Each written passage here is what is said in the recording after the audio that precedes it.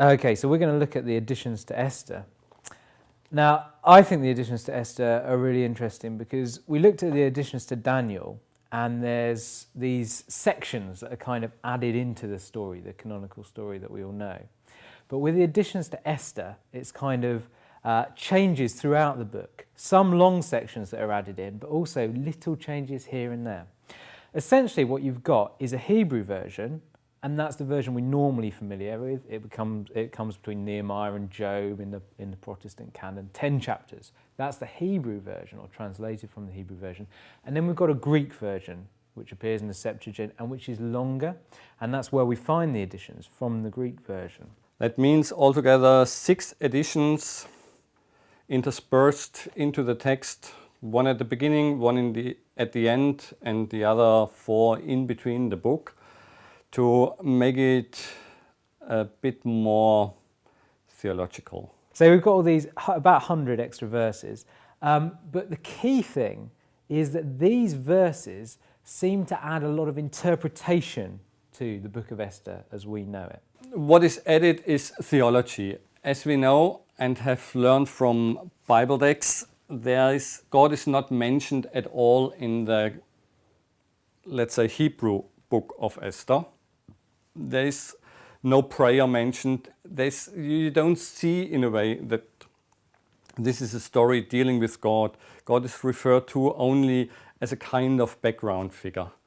The book of Esther doesn't mention God at all. And for some people this is unusual or odd or even just wrong. Why is this in Scripture if it doesn't mention God? And in a way, the Greek version of Esther, which contains the additions, which came later, sort of serves as an interpretation.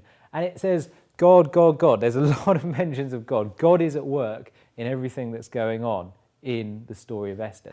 And the additions from the beginning till the end make clear God is in control. So it's an attempt to place Esther more strongly in this kind of salvific history of God with his people.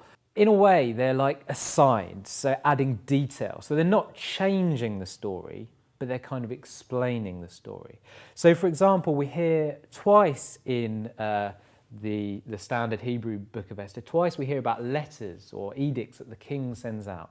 And in the additions to Esther, we get the contents of these letters, for example. Esther is normally dated in the 4th, 3rd century BCE, and these additions were written at the latest before 78, 77 BCE. Because there's a kind of note at the end of the translator, and he dated it quite precisely in the 4th year of the reign of Ptolemy and Cleopatra. And then you can figure out what this is, and the most likely date is 78 or 77. It's like a remake of a film, isn't it? Something like that. So sometimes, in remaking the film, using the same story, but kind of having more special effects or big action, it kind of ruins the subtlety of the original. But still, having said that, there are a lot of good things about the additions to Esther. And it's used in sort of readings in the Roman Catholic Church, the Greek, the Eastern Orthodox Church. So it's used within church context as part of their Bible. Why do people such as the Catholic Church accept and include these additions so readily, and yet the Protestant Church doesn't? It is because the Bible of the early Christian was the Greek Bible.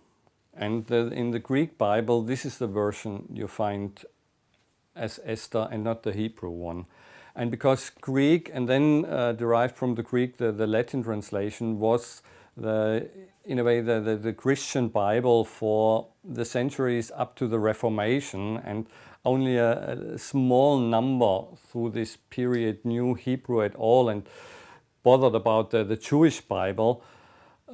This was always the used in the Christian tradition, and because it's the more pious piece, so there is more to learn for your own faith than from the Hebrew one, because the Hebrew text is a very nationalistic one, and the Greek one is a more open story, so you have to trust in God, but at the same time, this element of the Jewish people is very strong, so it's clear that the Jews are the chosen nation and God is on their side and so on. So what we find in these sort of smaller changes between the Hebrew version and the Greek version are things, for example, like a small bit saying that actually Esther obeys all the laws of the Jews. She doesn't break the laws of the Jews when she goes to be queen in this Persian kingdom. So actually you could say this is a bit apologetic. It's saying this great hero Esther, even though she goes into the court of the foreign king, she stays pure, if you like. This is kind of like the theme we saw in Judith. She stays pure even though she's married to this foreign king. So where in the shorter version we hear that there's a feast, for example, we hear in the Greek version that actually Esther doesn't partake of the wine. She doesn't drink at the feast. She doesn't sit at the table with her man. So small details like that, saying that actually she obeys the Jewish laws and traditions even though she's within a pagan, a foreign kingdom. And this is actually, I would even say, for if we have Esther at all in the canon. So for example, the Orthodox churches, we are not very happy with the book of Esther.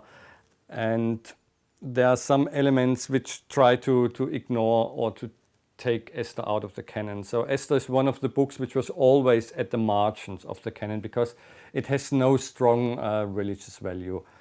And I think this is one of the reasons why the people felt a need to add something to it, to make it more accessible and acceptable, and to add what might be hinted at in the Hebrew version, to make this more explicit.